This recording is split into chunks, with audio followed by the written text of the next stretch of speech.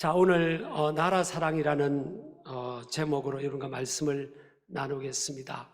특별히 오늘 103주년 3.1 운동, 우리 3.1절 기념 주일입니다. 그래서 3월 첫째 주일은 3월 1일이 지나서도 3.1절 기념주일로 우리가 지켜가고 있습니다.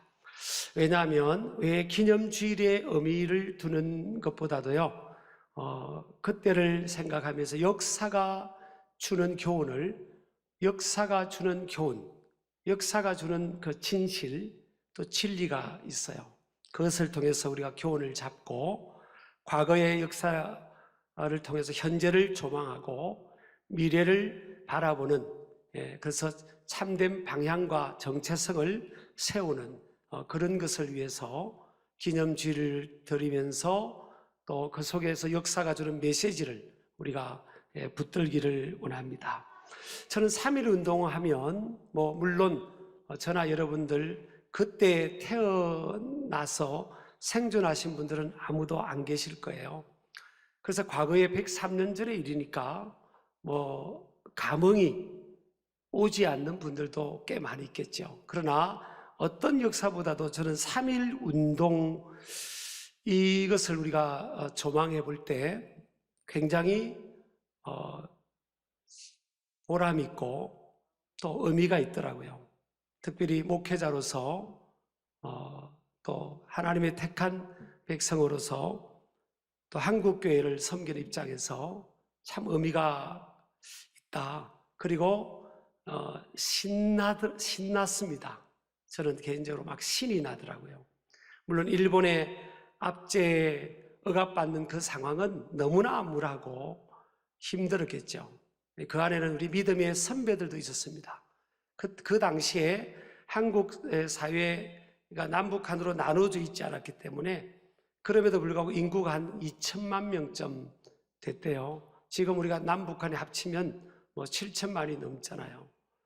그런데 2천만 정도 됐다는데 어떤 학자는 한 1,600만 정도밖에 되지 않았지 않냐. 정확한 추산은 그 당시에 정보화 시대가 아니니까 정확한 통계가 잘 나오지를 않는 것 같습니다. 그런데 그때 기독교 인구가요 1.3에서 1.5%. 100명이면 1명에서 1명 반 이런 정도밖에 없어요. 그냥 굉장히 소수입니다. 영어로 마이너리티입니다. 마이너 리그에 속해 있는 한국교회였죠. 그런데 여러분 잘 아시는 것처럼 3.1 운동을 주창한 리드했던 그 민족 대표 지도자들 33인 중에 약 반이 되는 16명이 기독교인입니다.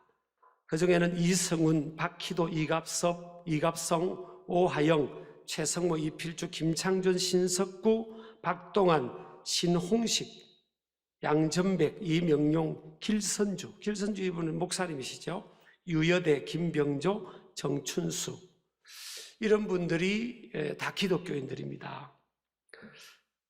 그리고 그 3.1 운동하면 거의 기독교라는 등식이 성립될 정도로 일제가 3.1 운동이 났을 때 기독교인들을 굉장히 색출해서 탄압을 했습니다. 그러니까 전체 인구로 보면 기독교인들이 약 20만 명, 조금 더 되는 그런 상황이었는데요. 거기에 참여 인원들은 22% 이상이 되고, 그렇게 본다면 기독교인들이 거의 다 참여했다고 보여지더라고요. 제가 이게 인구 대비로 제가 이게 살펴보니까 여러분 이게 굉장히 자부심이 생겨집니다. 한국교회 우리 믿음의 후예들이나 크리스찬들의 입장에서 볼 때는 자부심이 생겨져요. 그리고 교회를 중심으로 각 지역에서 사람들이 모였습니다. 그래서 동시다발적으로 전국에 동시다발적으로 또 해외도 마찬가지고 서울, 평양, 진남포, 원산, 개성, 안주, 정주, 선천, 의주 이런 지역에서 동시다발적으로 대한독립 만세운동이 교회를 중심으로 일어났습니다. 그래서 3.1 운동 이후에 기독교가, 교회가 굉장히 초창기는 타격을 받았습니다. 왜냐하면 일제가 이제 3.1 운동에 참여한 사람들을 색출해내는데, 동네에서 이제 색출해내면 기독교인이라고 하면 데려가 잡아가 버립니다. 거의 뭐 기독교인들을 색출했다고 봐야 돼요. 그래서 제암리 교회 학살 사건, 강서 사천교회, 정주교회, 강계교회, 위원교회, 서울 십자가 사형 사건, 북간도 노르바이 교회, 서간도 각지교회 학살 사건, 정주 오산학교 피소 사건, 다 이러면 교회와 기독교 학교 이런 데가 아주 그냥 정말 융단 폭격처럼 그런 공격을 당하고 교인들 전체가 학살당하는 그런 일들이 많이 일어났습니다. 그래서 1919년도에 미국의 교회들이 이제 한국에 선교사들을 보냈잖아요. 그 선교사님들 통해 그들이 보고를 받아서 이제 정리해난 미국 기독교 연합 동양 문제 연구위원회, 거기에 보면 어떤 내용이 기록이 되는가 하면 예수 교인만이, 그러니까 기독교인만이 참혹한 식민 정책에서 해방의 소망을 포기하지 않았던 유일한 한국 국민이다, 이렇게 보고되어 있어요. 그러니까 뭔가 이게 무엇을 말씀하는가 하면 기독교인들이 숫자가 작았지만 일제히 압제를 받아들이지 않았다는 거예요. 우리는 자유를 찾아야 된다, 나라의 주권을 찾아야 된다, 이런 소망을 가지고 꺾이지 않는 이런 열망과 소망을 가지고 몸부림쳤던 사람들이 거의 유일하게 기독교인들이었다. 그렇게 자료가 미국 교회 사의 자료가 나와 있습니다. 오늘 읽은 성경 보세요. 이 에스더가요, BC 473년경에 페르시아라는 대제국의 왕비가 됩니다. 이 에스더가 473년경에 이제 왕비가 되는데, 나라를 잃은 지 113년쯤 지났고요. 포로로 바벨론 그 페르시아 지역에 포로로 잡혀간 지는 130년경이에요. 그러니까 110년에서 130년. 포로로 그 바벨론 땅, 페르시아 땅에 포로로 잡혀간 지 110년에서 130년. 그러면 에스더는 뭐예요? 포로로 잡혀간 후손의 110년 이후의 후손이잖아요. 근데 이 소녀가 소수민족, 유대민족, 식민지 백성의 후에 포로로 잡혀온, 볼모로 잡혀온 이 조상들의 후손이 하나님의 초자연적인 도우심으로 왕비가 된 겁니다.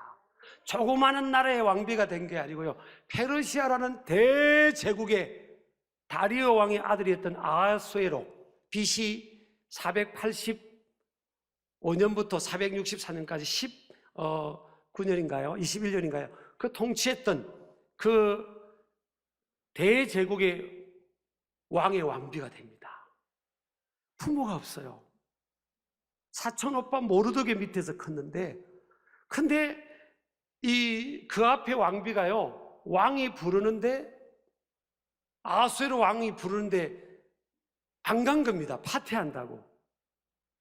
그래가지고 폐비가 되어버렸습니다. 여러분, 남편이 부를 때는 좀 가시면 좋겠어요. 그래서 이제 온 나라의 모든 처녀들, 아가씨들은요, 처자들은 다 왕비 뽑는데 참여를 해가지고 저 지역 예선부터 거쳐가지고 최종 결선에 올라서 최종 1등한 사람이 누군가 하면 이 에스더입니다. 근데 그 감독관들이 어느 나라, 어느 민족 사람이냐고 묻지를 않는 거예요. 그냥 물어야 되는데 감독관들이 다 까먹은 거예요. 잊어버린 겁니다. 그럼 여러분 생각해 보세요. 나라를 집어삼킨 나라의 왕인데, 그 집어삼켜진 식민지 백성의 자손을 왕비로 삼으면 왕이 살해될 수도 있는 위험이 있는데, 근데 왕비가 된 겁니다. 이건 누구 도움이에요? 하나님의 도우십니다. 여러분, 하나님이 하시고자 하시는 것은요, 막을 수가 없어요. 그래서 주님이 여시면 닫을 자가 없고 닫으면 열 자가 없다 그랬어요.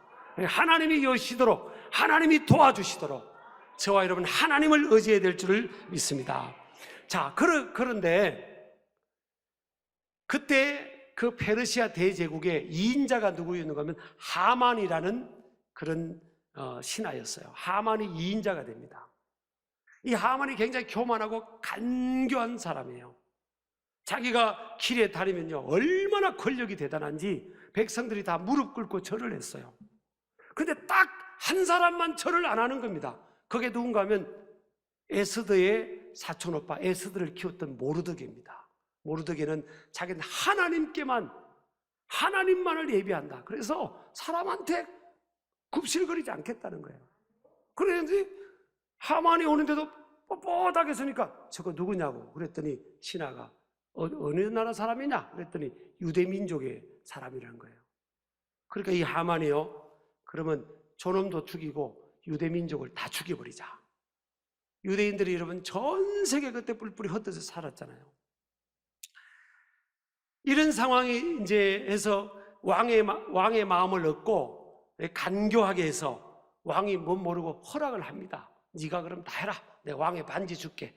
그래가지고 12월 13일 날 제비를 뽑아서 12월 13일 날 그날 한 날 동안은 유대인들은 다 죽이고 재산을 빼앗으라고 되어 있는 거예요.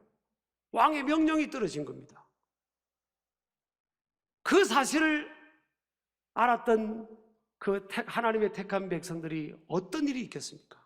두려움과 공포에 떨고요. 이 모르드게는 옷을 찢으면서 왕궁 궁궐 앞에서요 그냥 하나님께 엎드려서 통곡하며 우는 겁니다. 그러니까 자기 오빠가 막 궁궐 앞에서 맨날 통곡하며 우니까 이 왕비인 에스더가 무슨 일이냐고 우리 오빠가 왜 우냐고 그래서 이제 하닥이라는 사람을 보낸 거예요. 그랬더니 여차여차해서 몇 날 며칠 돼 그날에 다 유대인들 죽게 됐다는 게 된 거예요. 그래서 이제 이 모르드게가 하닥한테요 빨리 왕비한테 일러라. 우리 민족이 죽게 됐으니까 지금 이때를 위해서 네가 왕비 된 게 아니냐. 왕 앞에 나아가서 여차여차해서 우리 민족의 지금 이 어려운 공공한 상황을 왕한테 빨리 아뢰라. 아래서 우리 민족이 살아날 수 있도록 해야 된다. 이때를 위해서 네가 왕비가 된 게 아니냐. 근데 이 에스더가요 그거에 대해서 응하기가 어려운 상황이에요. 왜냐하면 에스더는 왕이 한 달 동안 부르지를 안 했어요. 왕이 한 달 동안 부르지를 안 했어요. 쉽게 말하면 남편이 한 달 동안 부인을 안 봤다는 거예요. 그럼 막 사랑이 막 뜨거울 때요 조금 거저 그럴 때요. 우리 왜 장로님들 웃기만 하세요? 좀 그렇잖아요. 그리고 또 하나는 뭐예요? 왕궁 법도가 있는데 왕이 부르기 전에 안뜰에 들어가면 내실에 가면요 죽이게 돼 있는 겁니다. 왕이 불러도 안 가도 폐비가 됐는데 왕이 있는 안뜰에 무작정 누구든지 가면 죽이게 돼 있어요. 그게 법도입니다. 누구든지 죽이게 되는데 왕이 이게 검규를 딱 내밀면 그 사람은 살게 돼 있는 거예요. 목숨만 살게 되는 겁니다.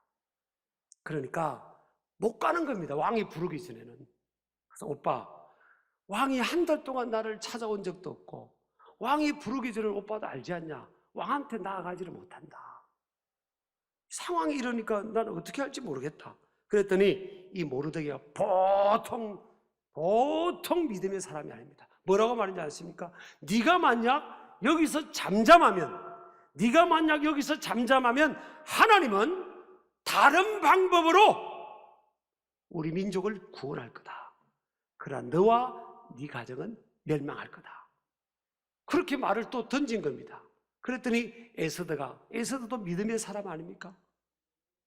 딱 오빠를 통해서 그 메시지를 받은 순간 이게 하나님의 음성이구나. 그러니까 여러분 깨어있는 사람은요 하나님의 음성을 분별하고 들어요. 그리고 그 오빠에게 또 신하를 통해 전달합니다. 오빠, 나를 위해서 오빠와 우리 유대인들이 3일 동안 금식하며 기도해 주시오. 나도 3일 금식하고 죽으면 죽으리라. If I perish, I'll perish. 죽으면 죽으리라. 나 목숨 걸고 갑니다. 왕 앞에 나아가겠습니다. 자기도 3일 금식하고요. 그러니까 기도의 능력을 아는 에스더입니다. 근데 에스더가 인간적으로 볼 때는요, 왕비니까 그냥 모른 척 해도 되는 거예요, 사실. 뭐 아쉬울 게 있습니까, 사실. 여러분, 아쉬울 게 없는 사람은요, 그냥 모른 척 하잖아요, 보통. 세상살이 하면서. 근데 에스더가 하나님의 음성을 오빠를 통해 듣고 따라합시다. 죽으면 죽으리이다. 그렇게 하고 3일 금식하고 왕 앞에 나가는데 굉장히 지혜롭게 왕 앞에 나갑니다. 그래서 참 우리가 이 세상을 살아가면서 하나님의 지혜를 받아야 된다. 그래서 여러분 궁금하면요, 에스더를 찾아보세요. 참 재미있어요. 그리고 굉장히 에스더가 지혜롭습니다. 왕의 마음을 어쨌든 완전히 녹여놓습니다. 그럽니다. 어떻게 고백하는지 아세요? 사랑하는 내 아내에서도요, 당신이 원하면 내 나라 절반도 주겠다고 그럽니다. 나라 절반도 주겠다고. 당신 소원이 뭐냐고 그럽니다. 근데 에스더가요, 바로 말을 하지 않아요. 제 소원은 이겁니다. 이렇게 하지 않습니다. 왕이시여, 저를 사랑하신다면 내일도 제가 마련한 파티에 참석해 주시길 바랍니다.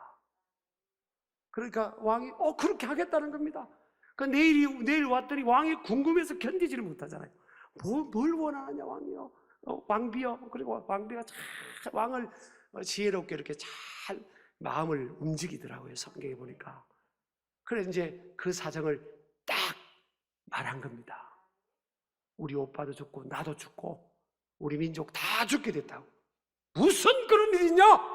어떤 놈이 그런 일을 하고 있냐? 근데요, 그때요, 누가 있었는가 하면 하만을 그 잔치에 초청한 겁니다. 에스더가 지혜롭죠. 어떤 놈이 그러냐? 어떤 놈이 내 아내를 죽이려고 하냐? 그렇게 아니겠습니까? 그죠? 그랬더니 저놈입니다. 그러니까 왕이 막 대뇌해가지고 확 문을 열고 나갔습니다. 나갔다가 들어오는데 이 하만이요, 왕비 앞에서 치마를 붙들고 살려달라고 막 그럽니다. 근데 왕이 또 그때 들어오니까 왕비의 치마를 잡고 있잖아요. 그래가지고 참 하나님이요, 그 하늘에 나는 새도 떨어뜨리는 하만을요 그냥 한순간에 날려버리잖아요. 하나님이요, 왕을 통해서 대신 그 장대 하만을 자기 집 마당 장대 지가 매달렸어요.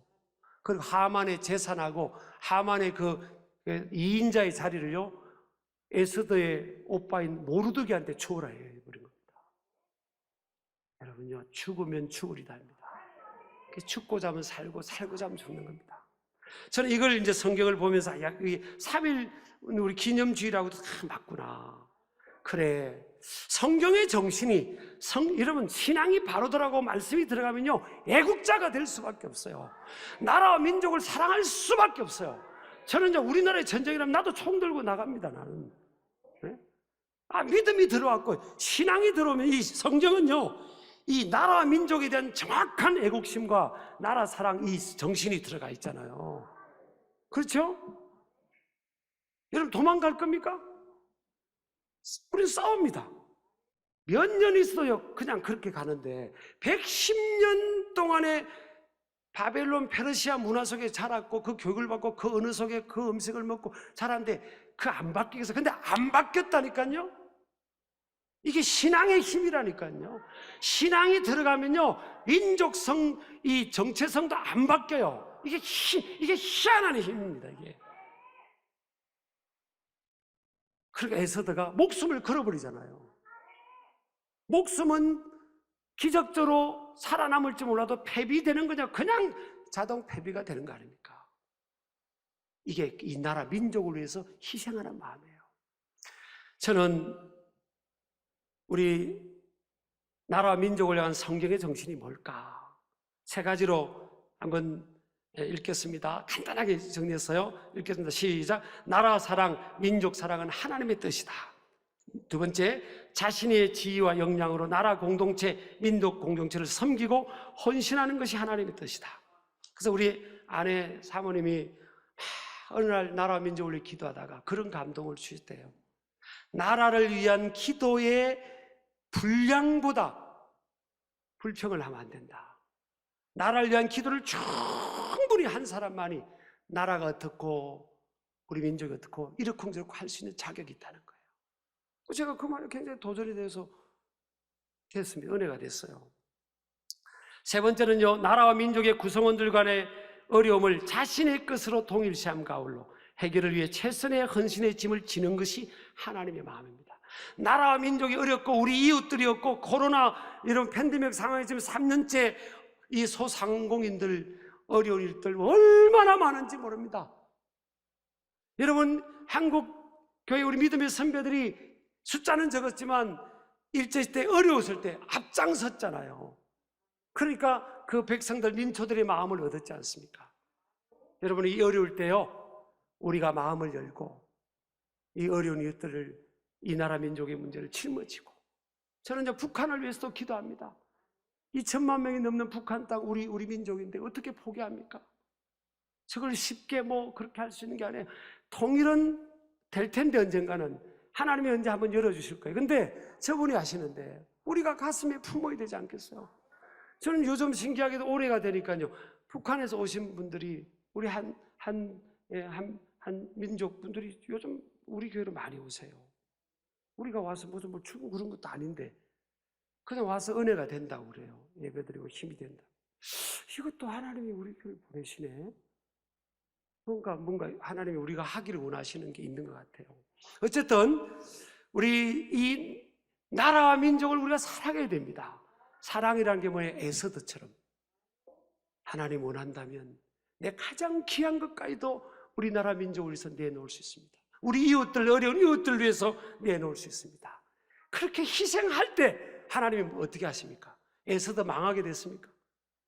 죽고자 이제 살잖아요. 모르드게도 살고요. 더 높여지지 않습니까? 그 민족이 다 살아났잖아요. 우리 아멘 하시기 바랍니다. 어떤 젊은이는 그러더라고요. 목사님, 통일 될 필요가 뭐 있습니까? 그러더라고요. 그 생각도 내가 존중한다고 그랬어요. 근데 예수님이라면 북한 땅에 있는 2천만 명이 넘는 저 사람들 놔둘까? 예수님이 어떤 마음을 갖겠냐? 그들을 바라보면서 울지 않을까? 비록 장벽이 있어서 가지는 못해도 울지 않을까? 예수님은 그냥 우리끼리만 요즘 아쉬운 게 없는데 하면서 왕비가 아쉬움이 없는 위치잖아요. 그랬을까? 나는 내가 생각할 때는 아니라는 생각. 아니다. 예수님이라면 이 바다로 갔잖아요. 예수님은 세리와 죄인들의 친구가 되어줬고요. 여러분, 우리가 이 역사를 통해 우리가 지금 이제는 마이너가 아니고 메이저가 되어버렸습니다. 한국교회가 숫자가 많아져 버렸어요. 숫자가 많다고 지금 힘이 있는 게 아니고 숫자가 적다고 힘이 없는 게 아니잖아요. 지금. 그렇잖아요. 우리가 어떤 희생의 마음을 갖고 있느냐. 하나님, 이 나라의 민족 우리가 짊어지겠습니다. 우리가 짊어지겠습니다. 우리 지역사회에 우리가 짊어지겠습니다. 어려운 이웃들 쉽지 않죠. 그러니까 에서드가 금식하며 기도했잖아요. 그리고 하나님 도와달라고 하면서 모든 걸 하나님께 맡기고 목숨까지도 맡기고 나간 거 아닙니까? 그러니까 하나님의 기적이 일어났잖아요. 저는요, 하나님께서 이 코로나 팬데믹 상황이 교회 앞에는 영혼을 구원하는 입장에서는 기회를 주신 거다. 한국 교회 안에, 전 세계 교회 안에 믿음이 약한 사람들은 많이 흔들리는 상황이 됐고요.